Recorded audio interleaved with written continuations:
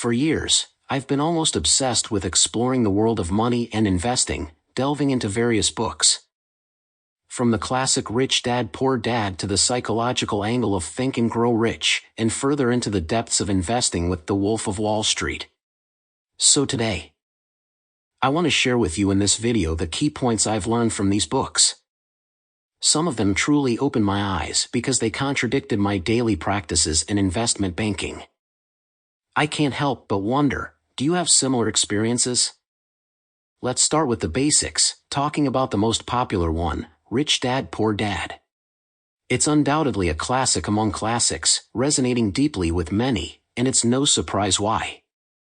It fills the gap in financial knowledge left by school education. The book unfolds against the backdrop of the author's two dads.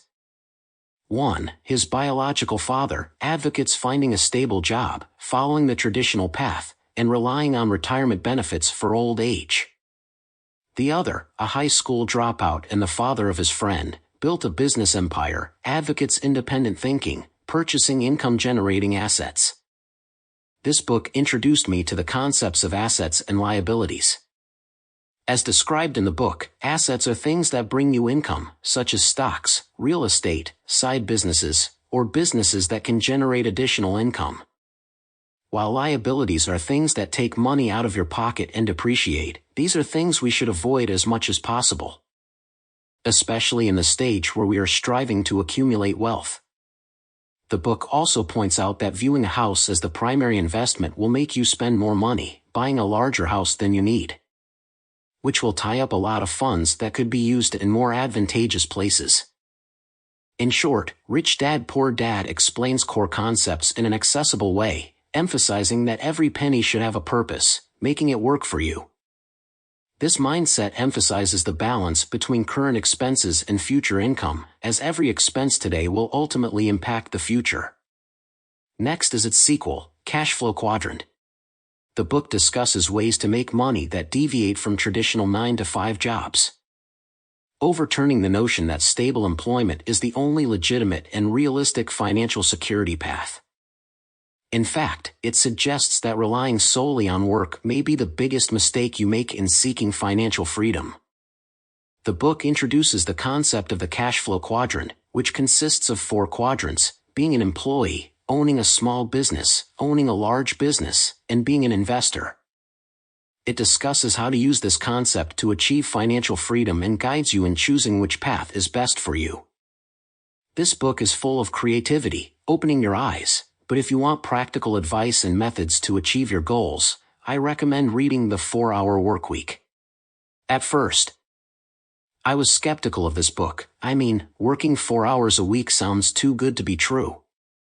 But as I read on, I found that this book isn't advocating laziness, but rather teaching how to work smarter. It mentions that anyone can build their business, automate it, and enjoy income, achieving the life they've always wanted or the life that usually takes years to achieve. It shows us some seemingly unattainable but actually achievable things. So, Cash Flow Quadrant and The 4-Hour Workweek are a golden duo, with the former opening up new perspectives on how to make money, and the latter providing tools to implement these ideas. Then there's The Millionaire Fast Lane. The author of this book believes that there's no such thing as easy wealth, but there is indeed the possibility of fast wealth. This statement is quite rare. The book mentions 3 paths in financial life: the sidewalk, where your spending always exceeds your income, leaving you in a cycle of waiting for your paycheck every month. The slow lane, which is about choosing the safe route, achieving good grades, finding a good job, saving some money every month, and then investing, eventually retiring at 65. This is a slow game, where you're just exchanging time for money. Finally, there's the fast lane, where you use time to create passive income, by creating products or investing your time in systems that can generate income in the long term. Expanding your income potential. One thing I like about this book is that the author, MJA, stays realistic. Despite mentioning fast wealth, he also emphasizes the importance of hard work and discipline. You need to be fully committed, even though it might seem like quick wealth on the surface, but behind it is years of accumulation and learning to reach that level. Next, let's talk about Think and Grow Rich. This book is either loved or hated, with almost no one holding a neutral attitude towards it. Some people think this book is worthless, as it fails to deliver on its promises, leading to disappointment. They expected a clear, actionable roadmap to wealth, but couldn't find one. While others believe this book changed their mindset and financial life. For them, this book is like a beacon lighting up their inner selves, helping them unlock the shackles of money beliefs and find the obstacles that hinder their progress. So, for me, the key to success lies in mindset. If you hold a scarcity mindset, believing you'll never have enough, money is hard to come by, then you'll find yourself in that predicament. Conversely, if you believe you can have wealth, believe you're capable of success, then your actions will align with these beliefs and ultimately lead you to success. However, having the right mindset alone isn't enough. You must take consistent, focused action. So, if you want to improve your mindset, explore your beliefs, and delve into your potential, then this book is for you. But if you don't like philosophical discussions and are looking for a step-by-step guide to riches, then perhaps you should skip it and choose one of the other books I mentioned in the video. Speaking of the wealth part, we can't ignore the psychology of money. Money is as variable as a map, intertwined with how our brains perceive and interact with it. Influenced by our emotions about money and past money experiences, often far beyond our basic financial knowledge. For me, the most interesting part of this book is revealing how we often wrongly attribute luck or chance to our financial lives. Thus, the author, Housel, suggests that we should focus on patterns rather than individuals. If one person succeeds through path A, but 10 people succeed through path B, then choosing path B may be wiser, as success through path A is more likely influenced by luck or chance.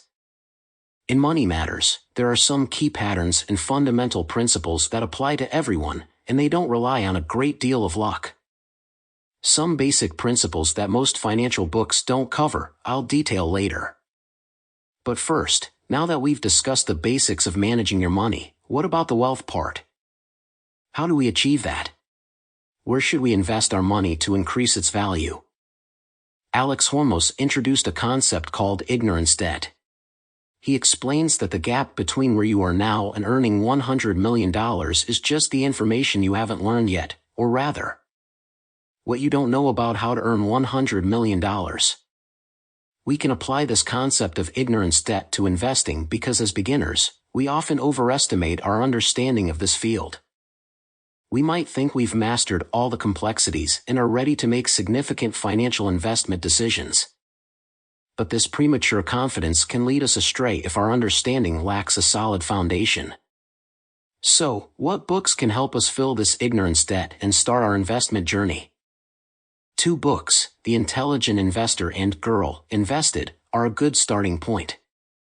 The Intelligent Investor is a book Warren Buffett read when he was 19 years old, and he still considers it the best investment book ever written. The principles of this book are timeless, explaining that long-term investing doesn't require any specialized knowledge or extraordinary intelligence. It only requires 2 things, a rational decision-making framework and not letting your emotions dictate your decisions. It covers market behavior, financial fundamentals, and how to control your emotions. Girl, Invested, on the other hand, is written by SEM and is an excellent book for ultimate beginners who want to understand why they should invest, the basics in terms of investing, and how to find their investment personality type and create a portfolio that matches it. Additionally, there's a book called Common Sense Investing written by John Bogle, the CEO of Vanguard Group and the inventor of index funds. Naturally, he believes that the path to victory for beginner investors is very simple, always investing in index funds. He discusses in detail why index funds outperform major alternatives and suggests the ideal stock-bond asset allocation based on your age. Although I personally find this book somewhat outdated because in terms of asset allocation, Bogle seems a bit conservative, it's still worth reading. Now, let's talk about some fundamental principles not covered in investment books. First and foremost, I want to emphasize the time value. Time is one of our most valuable assets, and effectively using time is key to wealth. Whether it's in learning, working, or investing, understanding the value of time and striving to use it for the most meaningful and valuable things. Second, understanding and managing risk are essential. Before making any investment decisions, it's crucial to assess potential risks and take appropriate measures to mitigate them. Third, diversification. Don't put all your eggs in one basket. By diversifying your funds across different asset classes and markets, you can reduce the overall risk of your investment portfolio and increase the stability of long-term returns. Lastly, continuous learning and adaptation. Financial markets and investment environments are constantly changing, and successful investors are those who can continually learn, adapt, and adjust their strategies. Maintaining an open mind, staying informed about market trends, and continuously improving your investment skills and knowledge are essential. These principles, while not explicitly mentioned in investment books, are important guidelines that any successful investor should keep in mind. By understanding and following these principles, you can build a robust, effective investment strategy and achieve your goals of financial freedom and long-term wealth growth. That's all for this video. Stay tuned for more useful knowledge, and see you tomorrow on our next program.